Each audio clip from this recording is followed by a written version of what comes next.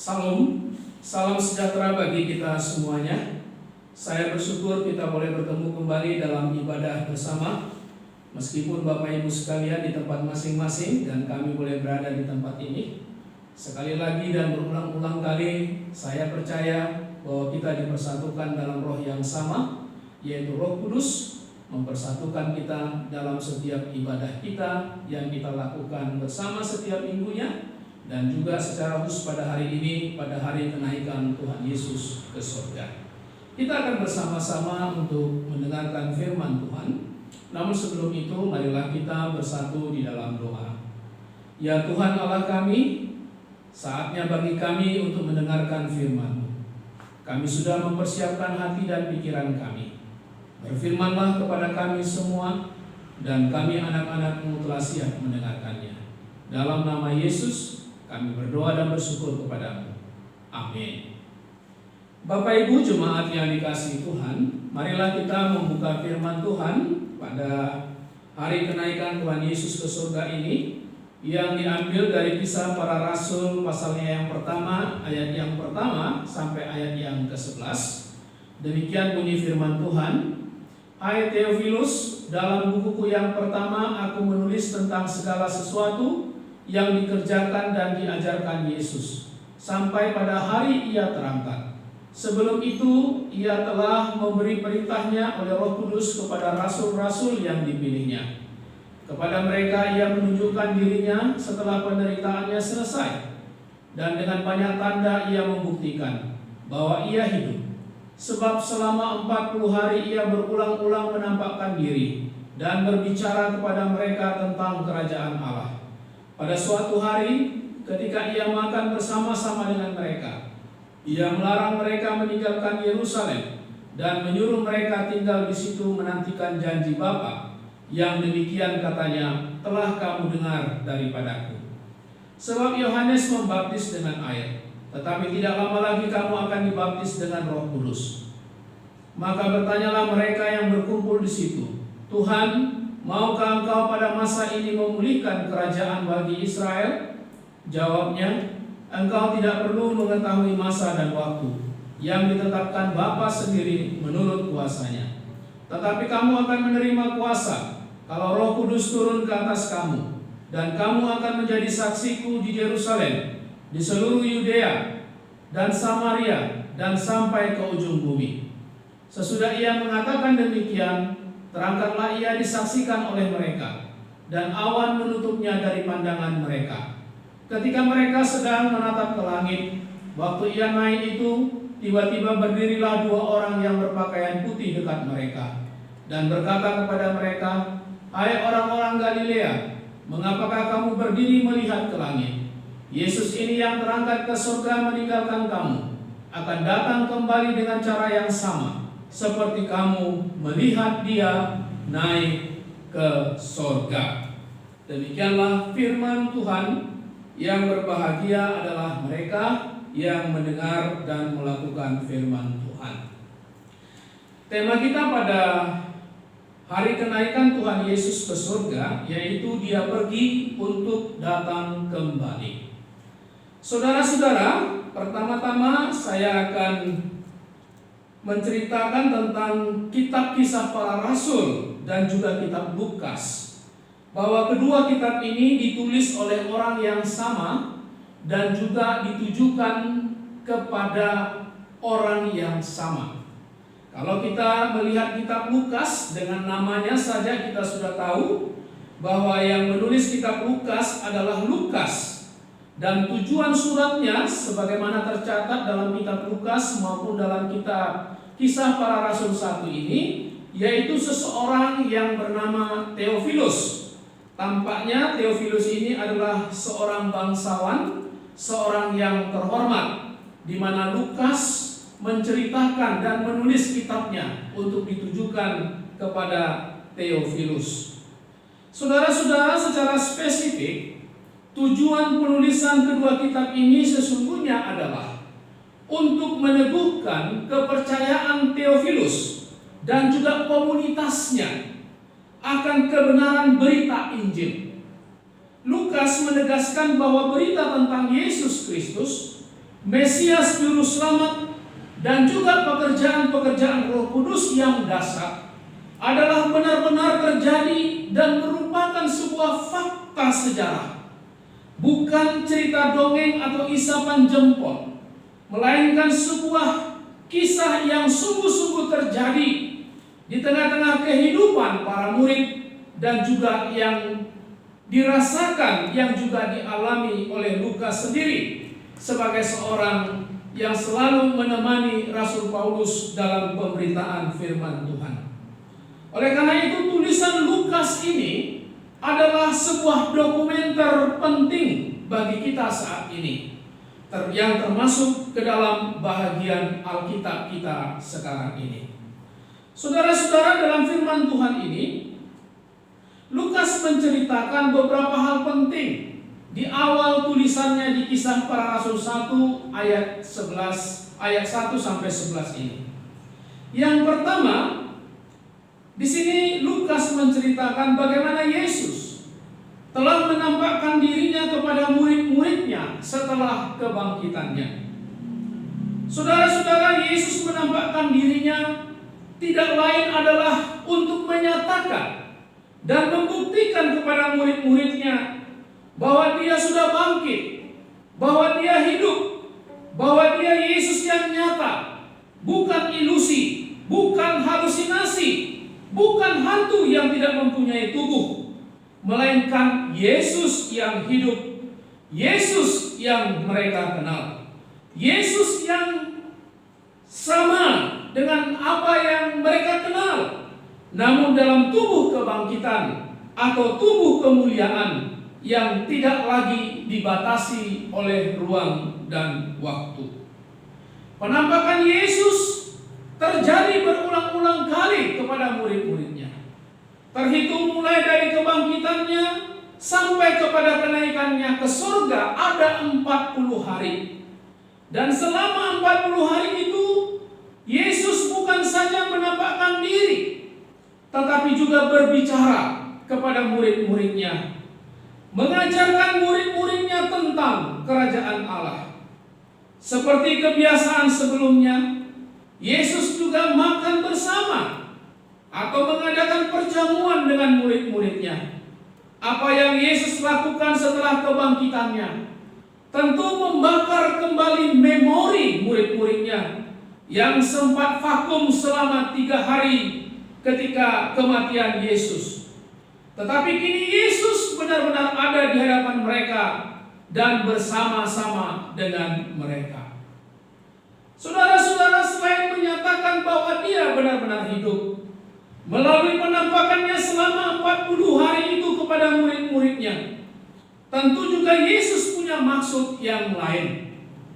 Apakah maksudnya? Kalau kita merujuk kepada Matius 28 ayat 16 sampai ayat yang ke-20 dan juga Kisah Para Rasul 1 ayat yang ke-8, maka kita akan tahu kalau Yesus sedang mempersiapkan murid-muridnya bagi pekerjaan yang besar, yaitu memberitakan Injil Yesus Kristus sampai ke ujung bumi. Waktu 40 hari setelah kebangkitannya benar-benar dipakai Yesus secara efektif untuk mengajar, untuk membimbing dan meneguhkan murid-muridnya untuk melakukan pekerjaan kerajaan Allah yang sebentar lagi akan mereka lakukan. Yesus akan segera naik ke surga, dan tugas itu sudah saatnya diserahkan kepada murid-murid yang sudah dipersiapkan selama 3,5 tahun. Saudara-saudara, tugas yang sama juga telah sampai kepada kita semua orang Kristen. Para penginjil yang sudah lebih dahulu mendahului kita, kini menyerahkan tugas dari Tuhan Yesus itu kepada kita yang masih hidup dan yang percaya. Sudahkah kita melakukan tugas pemberitaan Injil itu? Kita tidak perlu pergi jauh-jauh. Lihatlah anak-anak kita, suami dan istri kita. Lihatlah saudara-saudara kita yang selalu kita bertemu dengan mereka. Ada berapa banyakkah dari antara mereka yang benar-benar sudah mengimani dan percaya kepada Yesus Kristus? Jangan-jangan mereka hanya tercatat di KTP atau di KK sebagai orang Kristen saja, tetapi sesungguhnya mereka sama sekali tidak percaya dan tidak kenal dengan Tuhan Yesus. 3,5 tahun Yesus mempersiapkan murid-muridnya, dan murid-muridnya mengguncang dunia. Belasan bahkan puluhan tahun kita bersama-sama dengan anak-anak kita. Sudahkah kita mengajar mereka tentang Yesus? Sudahkah kita membimbing mereka? Sudahkah kita mempersiapkan mereka dalam pekerjaan kerajaan Allah, dalam kehidupan dan masa depan mereka? Kita harus mengingat tugas utama kita adalah untuk memberitakan Tuhan Yesus kepada keluarga kita dan orang lain. Dalam hal yang sama itulah dulu yang dilakukan oleh Yesus kepada murid-muridnya, mempersiapkan murid-muridnya kepada tugas, yaitu untuk memberitakan Injil kepada dunia. Dan sekarang kita telah menikmati berita Injil, berita keselamatan itu. Oleh karena itu juga, ini tentu menjadi tugas kita sekarang ini juga untuk memberitakan tentang Yesus kepada setiap orang, terlebih kepada keluarga kita, saudara-saudara kita, orang yang terdekat dengan kita, yang sesungguhnya mungkin mereka belum percaya dan belum mengenal Yesus secara benar dalam hidup mereka. Yang kedua, saudara-saudara, dalam firman Tuhan ini juga Lukas menceritakan bahwa Tuhan Yesus pergi ke tempat dari mana dia berasal. Dari manakah Yesus berasal? Kita akan merujuk kepada beberapa teks Alkitab. Yang pertama, saudara-saudara, kita merujuk kepada Injil Yohanes pada pasal 1 ayat 1 sampai 18. Di situ kita akan tahu kalau Sang Firman itu adalah Allah yang menjadi manusia, yaitu Yesus Kristus. Di manakah kediaman Allah? Sudah pasti kita tahu bahwa kediaman Allah, kediaman Sang Firman yang menjadi manusia sejak semula adalah di surga. Lalu yang kedua, kita merujuk kepada percakapan Yesus dengan Nikodemus, di mana Yesus berkata kepada Nikodemus, tidak ada seorang pun yang telah naik ke surga selain daripada Dia yang telah turun dari surga, yaitu Anak Manusia. Yohanes 3 ayat 13. Saudara-saudara, siapakah anak manusia itu? Istilah anak manusia dalam literatur orang Yahudi adalah menunjuk kepada Mesias, menunjuk kepada anak Allah yang datang dari surga. Jika demikian, saudara-saudara, maka asal daripada Yesus adalah dari surga. Dan yang ketiga, saudara-saudara, dalam percakapannya dengan orang Yahudi, Yesus mengatakan, kamu berasal dari bawah, aku dari atas. Kamu dari dunia ini, aku bukan dari dunia ini. Yohanes 8 ayat 23. Di sini Yesus secara langsung menyatakan bahwa Dia dari atas, bukan dari dunia ini. Istilah atas adalah istilah yang merujuk kepada surga. Maka dari percakapan itu sangatlah jelas kalau Yesus berasal dari surga, dari tempat yang maha tinggi, dari tempat yang maha mulia, yang tidak sama dengan yang ada di bumi ini. Saudara-saudara, dari ketiga nas Alkitab ini saja, kita tidak ragu lagi kalau Yesus berasal dari surga. Kalau Dia berasal dari surga, tentu Dia akan kembali ke tempat dari mana Dia berasal. Selama di dunia ini, Yesus telah menyelesaikan misi keselamatan yang dipercayakan Allah Bapa kepadanya. Dia telah memperkenalkan Bapa yang penuh kasih kepada dunia. Dia juga telah menyelesaikan misi penebusan dan misi pengampunan dosa bagi dunia ini. Setiap orang yang menerima, setiap orang yang percaya kepadanya akan selamat dan tidak akan binasa. Itulah sebabnya di atas kayu salib Yesus berkata, "Sudah selesai." Dan ini adalah sebuah pernyataan sempurnanya misi keselamatan itu yang telah dipercayakan Bapa kepadanya dan sudah selesai di atas kayu salib.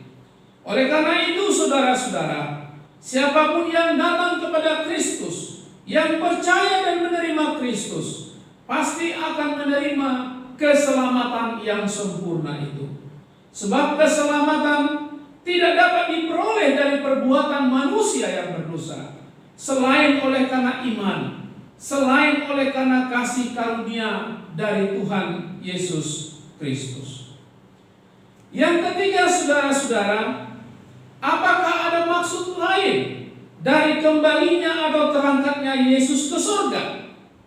Pertanyaan ini penting untuk kita jawab berdasarkan pernyataan Yesus sendiri. Marilah kita melihat pernyataan Yesus kepada murid-muridnya sebelum kematian dan kenaikannya ke surga. Yesus berkata, "Janganlah gelisah hatimu, percayalah kepada Allah, percayalah juga kepadaku. Di rumah Bapa-Ku banyak tempat tinggal. Jika tidak demikian, tentu Aku mengatakannya kepadamu. Sebab Aku pergi ke situ untuk menyediakan tempat bagimu. Dan apabila Aku telah pergi ke situ dan telah menyediakan tempat bagimu, Aku akan datang kembali dan membawa kamu ke tempatku, supaya di tempat di mana Aku berada, kamu pun berada." Yohanes 14 ayat 1 sampai 3. Dalam firman Tuhan ini, saudara-saudara, secara singkat, padat dan jelas dinyatakan bahwa Yesus naik ke surga adalah untuk menyediakan tempat bagi murid-muridnya, bagi saudara, bagi saya, bagi kita semua, bagi setiap orang yang setia dan percaya kepada Dia.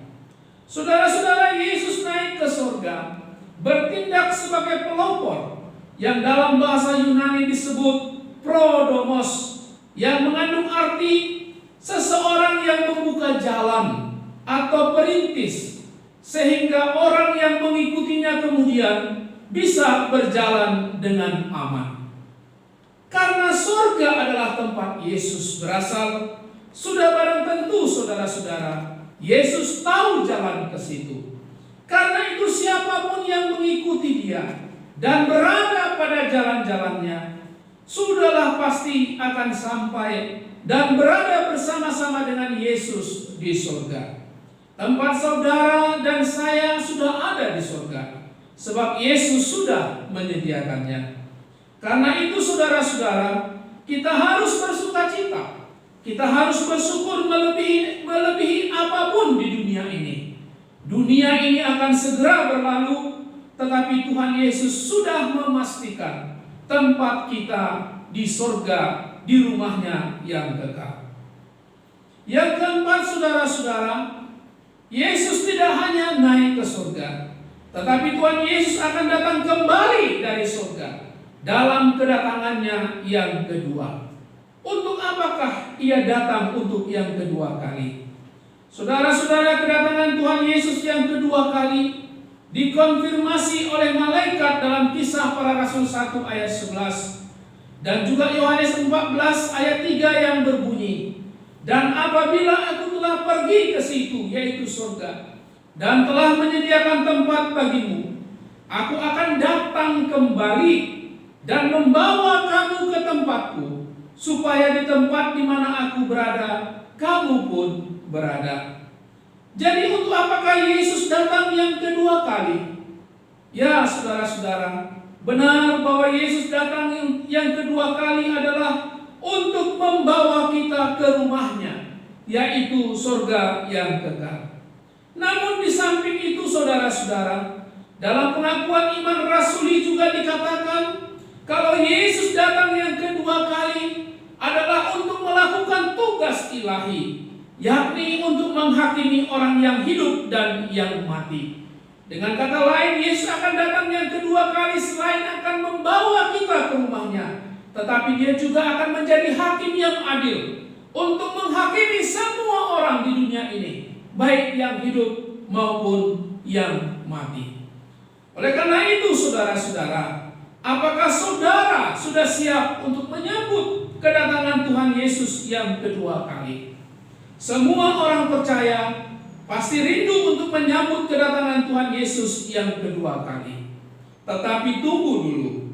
Yesus akan datang kembali untuk yang kedua kali jika berita Injil Kerajaan Allah itu telah diberitakan ke seluruh dunia untuk menjadi kesaksian bagi semua bangsa.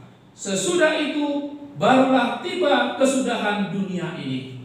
Itulah yang dikatakan Yesus kepada murid-muridnya dalam Matius 24 ayat 14. Jadi saudara-saudara, pelayanan pemberitaan Injil Kerajaan Allah sampai ke ujung bumi, sampai ke seluruh dunia, itulah yang akan mempercepat kedatangan Yesus yang kedua kali untuk menjemput dan membawa kita ke surga yang kekal itu. Karena itu saudara-saudara, sekali lagi perlu ditekankan bahwa tugas utama kita, mengapa kita ada sebagai orang percaya, adalah untuk memberitakan Injil Yesus Kristus, memberitakan keselamatan yang hanya diperoleh dalam Yesus Kristus kepada semua orang. Semua orang harus mendengarkan berita tentang Yesus yang benar, sebab ada banyak berita-berita tentang Yesus, tapi bukan berita tentang Yesus seperti yang digambarkan dalam Alkitab. Maka kita harus memberitakan tentang Yesus yang adalah juru selamat, Yesus yang adalah Allah dan manusia, Yesus yang adalah mati dan bangkit naik ke surga. Itulah Yesus yang benar yang kita beritakan, sebagaimana berita yang tertulis dalam kitab suci, yang tertulis dalam Alkitab. Oleh karena itu saudara-saudara, sebagai orang yang percaya, sebagai orang yang telah menerima berita keselamatan itu, dan yang telah menerima keselamatan dari Tuhan itu, mari kita tunjukkan keselamatan kita yang sudah kita peroleh melalui sikap hidup kita, melalui perbuatan kita, perkataan kita, dan pemberitaan kita kepada setiap orang. Yesus sudah pasti akan datang kembali yang kedua kali. Yesus sudah pasti akan datang kembali. Tetapi kita tidak perlu menghitung-hitung hari kapan Yesus akan datang, sebab tidak ada seorang pun yang tahu. Namun kedatangannya pasti akan terjadi. Oleh karena itu marilah kita berkata seperti yang didoakan oleh Yohanes di akhir kitabnya, amin, datanglah Tuhan Yesus. Mari kita katakan, amin, datanglah Tuhan Yesus. Tuhan memberkati kita semuanya. Mari kita berdoa. Bapa kami yang di surga, terima kasih untuk firman-Mu yang boleh kami dengarkan bersama. Dan ajarilah kami ya Tuhan, untuk kami boleh melakukan kebenaran firman-Mu ini, agar kami, setiap orang yang percaya, boleh memberitakan tentang Engkau, berita keselamatan hanya di dalam Engkau saja. Dan kuatkanlah kami, supaya kami boleh menjadi pemberita-pemberita Injil dimanapun kami berada. Di dalam nama Tuhan Yesus kami berdoa. Amin.